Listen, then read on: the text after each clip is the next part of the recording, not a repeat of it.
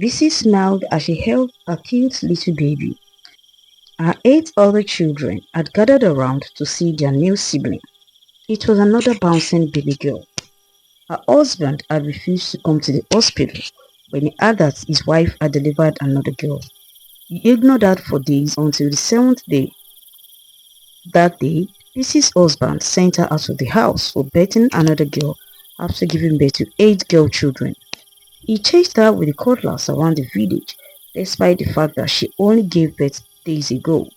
He asked her to leave or he would kill her and the newborn baby. He sent her girl children away too and asked them all not to come to his house.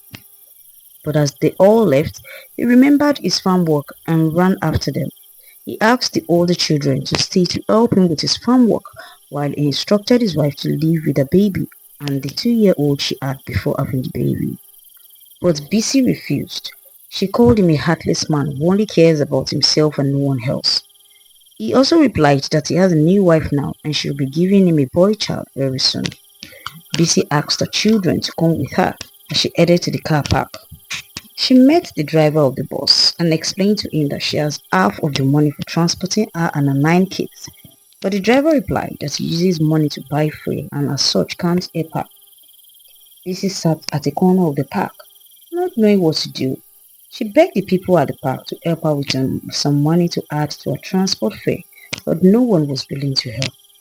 She then decided to go back to the village and keep the kids at a friend's place. Her friend had 2 children of her own, so she wasn't very eager to take an additional 8 children. She asked Bisi if she would be coming back soon, and Bisi assured her that she would be back as soon as she works and get a place where they all can stay. It was already midnight, and her friend advised her to spend the night there. But Bisi told her she had to leave that night if she wants to meet her sister at home, because she leaves for work very early in the morning and gets back late at night. Her friend bid her goodbye and she hugged the children one after the other before leaving. She rushed down to the park and luckily for her, she met another bus. She quickly entered without looking around. As she sat inside, she noticed that whenever she asked questions, the people only answer by nodding their heads or humming. Bisi got scared at this point as her baby would not stop crying. As soon as they entered the community, a lady sitting behind her whispered into her ears as she tried to calm her baby. Welcome to our town. Bisi thought she was dreaming as she opened her eyes and did not see anyone talking. Everyone was sleeping in the bus. After a while, the bus stopped and all the people began to alight one after the other. But the surprising thing was that the people were walking backwards towards the gate. Bisi quickly got down from the bus and ran off, not knowing that the night event would have a significant effect on her life. As soon as she entered the ghost bus and sat with them, she could now see ghosts wherever she went. At first, Bisi did not know what was happening.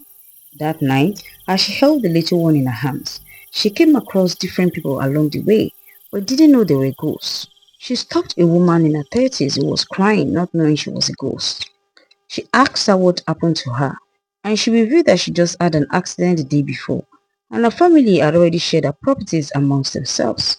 She did not understand her story, but when she tried to touch her to console her, she knew she was talking to a ghost.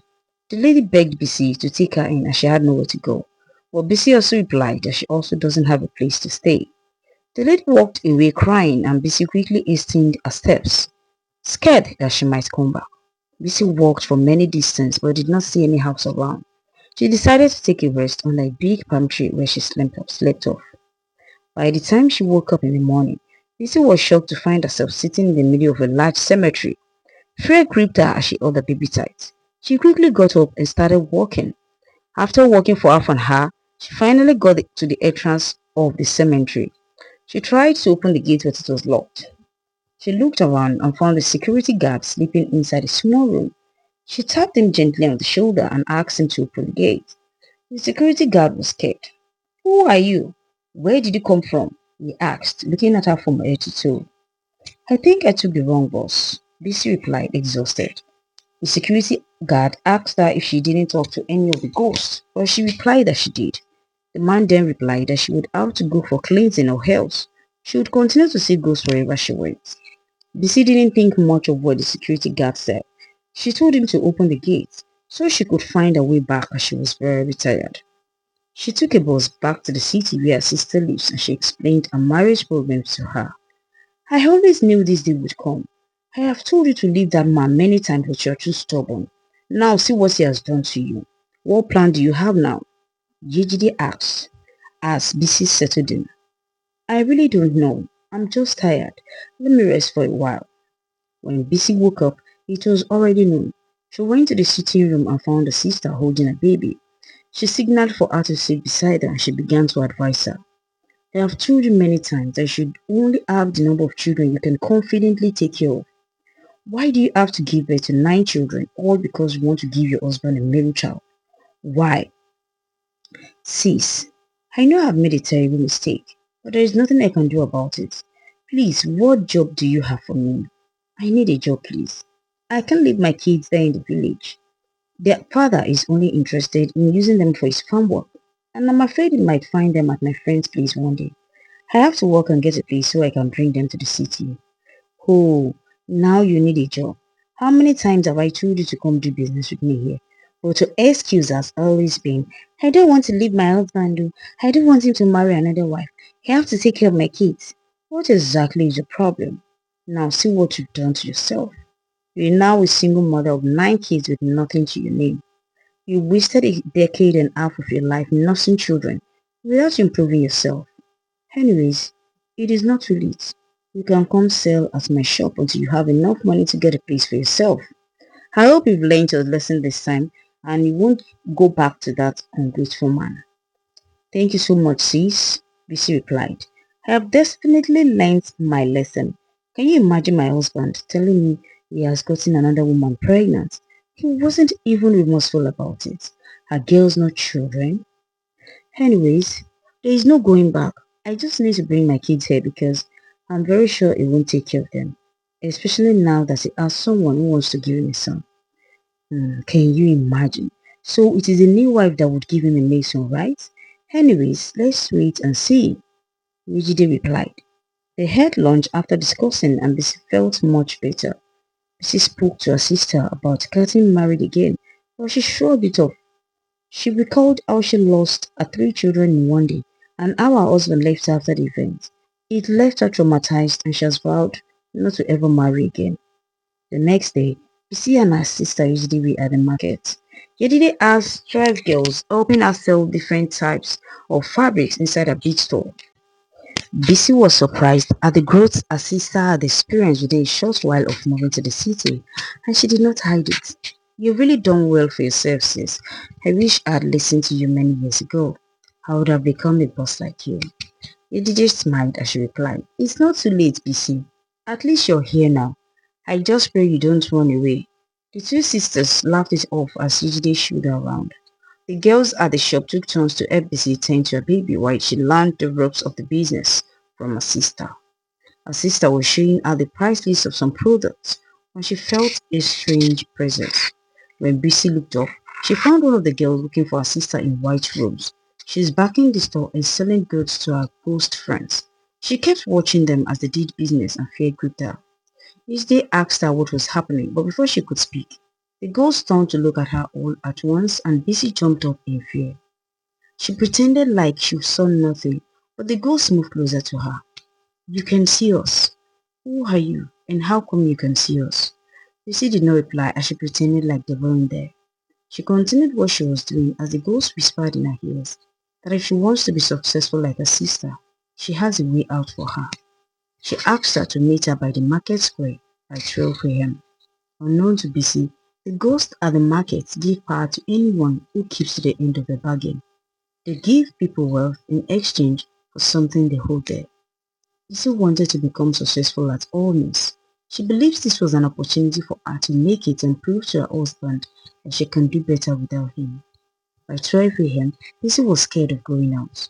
But as she paced from one end of the sitting room to the other, contemplating what to do next, the sales girl appeared beside her. She held her hand and together they go to the market square. Bisi heard as different people advertised the products. The girl showed her around and Bisi was surprised that people actually sell at midnight. See, This is how we make sales. All the people who buy from us during midnight would also come to buy from us by noon. If you noticed, you will see that most of these people come to our store by noon. They are all from this ghost town. We were the first people who got this town before humans destroyed our tombs and erected big buildings here, leaving us homeless. So we had to relocate to somewhere else, but many of us have businesses here, which is why we still sell our goods at midnight. Lucy could not believe her eyes. So, did you mean that this place was a cemetery before it was demolished? Lucy asked the girl as she looked around the market. Yes, it was, the ghost girl replied. Bisi did not know what to say. How can you help me? She asked the girl. I have to make money quickly because I want to prove to my husband that I'm better off without him.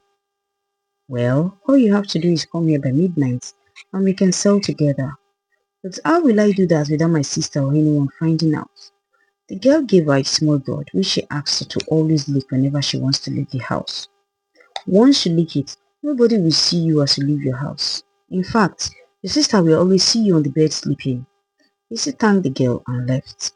Within days, Lizzie was making sales with the help of the girl, and in a few months, she was able to get a place to rent for her and her kids. She went back to the village to get her kids, but she was surprised at what she saw. She saw different tombs with all her children's names on them, and she screamed. By the time she woke up, she was lying on the bed. Bisi looked around and found that she was dreaming. She quickly left for the village that morning to get her kids from there. She got her kids and thanked her friend for taking good care of them. She then decided to pick one or two things from her home, but when she got there, she met her husband sitting at the corner of the house looking unhappy. His face lightened up as he saw his family. He moved closer to them and began to apologize to Bisi for sending her away. A lot happened after he left Bisi. My wife, the woman I impregnated, delivered a few weeks after I sent you away. I have bragged to my friends that she was carrying a male child, but when she delivered, it was a girl, and I wasn't happy about this. I know I have wronged you. Please forgive me. Daisy was surprised at her husband's actions. She could not believe that he could treat her in such a way because she has 8 female children for him. Daisy exclaimed, What? So why are you apologizing? What did I ever do to deserve such treatment from you? After all the years I spent with you trying to give birth to a male child, you believe that sending me away was the best solution. Now see what you've done to yourself. Where is that your new wife? Mrs. husband kept quiet for a long time. He broke the silence after a while. She left, but she said she couldn't live with me in this kind of situation, even though I tried and did everything to satisfy her. She said I'm a pauper who can't give her the kind of life she wanted. She emphasized with him and wished him all the best. Lucy took her children and moved to the city while her husband begged and begged her to stay. He explained that it was the devil that pushed him into doing what he did to her that night. But Bisi replied, what if I died that night that I took the ghost town bus? What if I'd lost my vision or hearing? Would you have still begged me? Well, I'm happy for what you did that night because I wouldn't have been this successful without it. I'm moving to the city with my children. You can visit them whenever you like. Have a great day. She said as she took all her kids back to the city and continued the business. Months later, Gigi began to experience some series of events and she wondered what was happening. Good would disappear from her store without any explanation. At first, she blamed the girls and accused them of stealing. But as time went on, she discovered that something was terribly wrong. One morning, she was woken up by girls who told her that her shop and the goods in it had burned to ashes over the night. Gigi fainted and fell down immediately, which led to a stroke. She was bedridden for many years, while Bisi and her kids took turns to take care of her. One midnight, Bisi had gone to sell her goods as usual when the sales girl approached her. It is your 1 year anniversary and you need to give the ghost town something in return for what was given to you. Bisi did not understand. She asked the girl what they would be taking from her, but the girl laughed it off. It's one of your children, of course. Your sister also sacrificed her children to be successful. Or have you ever wondered why all her kids died within the space of a few years? Once you give us your children, you will live in wealth for as long as you want. What? Bisi exclaimed. Why would I sacrifice my children for your ghost town? I thought you said you only help people. Bisi, we are the witches of ghost town. We help but always get something in return. As soon as your children die and people cry, your wealth will start to increase. The more people cry, the more your wealth. Bisi asked again, did you mean that all my 9 children will eventually die one day? After a long silence, the girl explained to Bisi that her mission is to bring as many children as possible to their home and use them to sell their goods. Once the children die, you will still come here at midnight and see them, so you shouldn't be worried. But Bisi argued with the girl that she just couldn't sacrifice her children all in the name of wealth. So she told the ghost witch to take everything she has given her and spare her children. She left there in anger. Bisi did not wait for the ghost to take back their weight. She simply abandoned the shop and everything she has acquired through the ghost. She had prepared to relocate and start afresh in another village. As she was leaving, her sister commended her for her courage.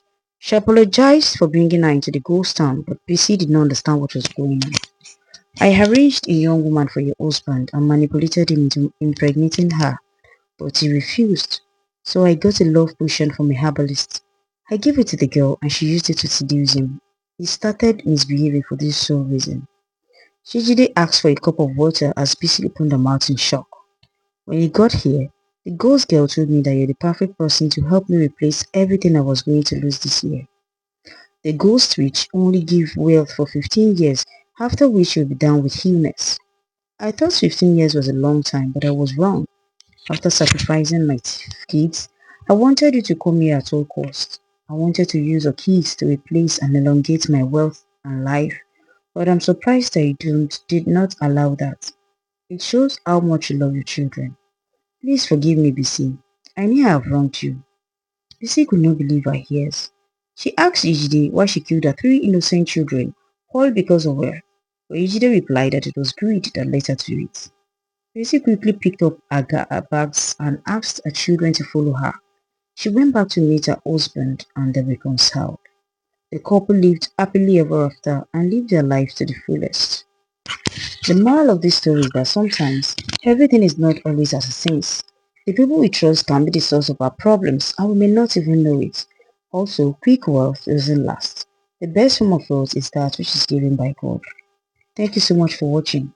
Please subscribe, leave a comment below and let me know what you think about the story. Enjoy the rest of your day. Bye.